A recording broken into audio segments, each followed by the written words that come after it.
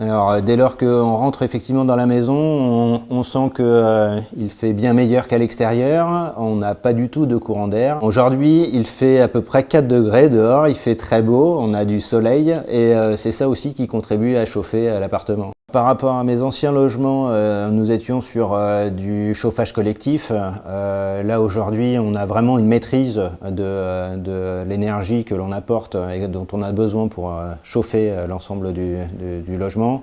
À l'heure actuelle, on chauffe à peu près 10 jours par an, mais c'est plus par souci de confort d'avoir un peu de chauffage le matin dans les salles de bain par exemple. Sinon, dès lors qu'on a une activité, dès lors qu'on fait la cuisine, on sent tout de suite la chaleur remonter. Dans les autres appartements dans lesquels j'ai vécu, qui n'a jamais eu effectivement un petit courant d'air qui passe sous la porte ou un petit courant d'air qui passe parce que la fenêtre est mal isolée.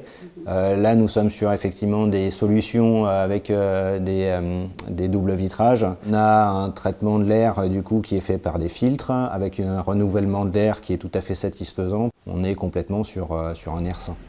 Je dirais que c'est une valorisation effectivement du patrimoine en se disant qu'il est possible et qu'il sera possible prochainement de revendre ce patrimoine avec des vrais plus. Nous sommes ici à Montreuil, la question du développement durable et la question énergétique est importante pour les gens qui y habitent et on voit de plus en plus se développer des façons d'être autonome par rapport à l'énergie.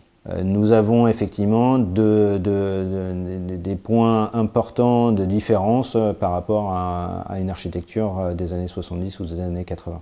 L'isolation thermique, l'isolation acoustique. Si on compare par rapport à des bâtiments qui ont été construits dans les années 70, on a à l'heure actuelle un bâtiment qui est très performant en termes d'acoustique. On a très peu de transmission de bruit, nous n'entendons pas nos voisins.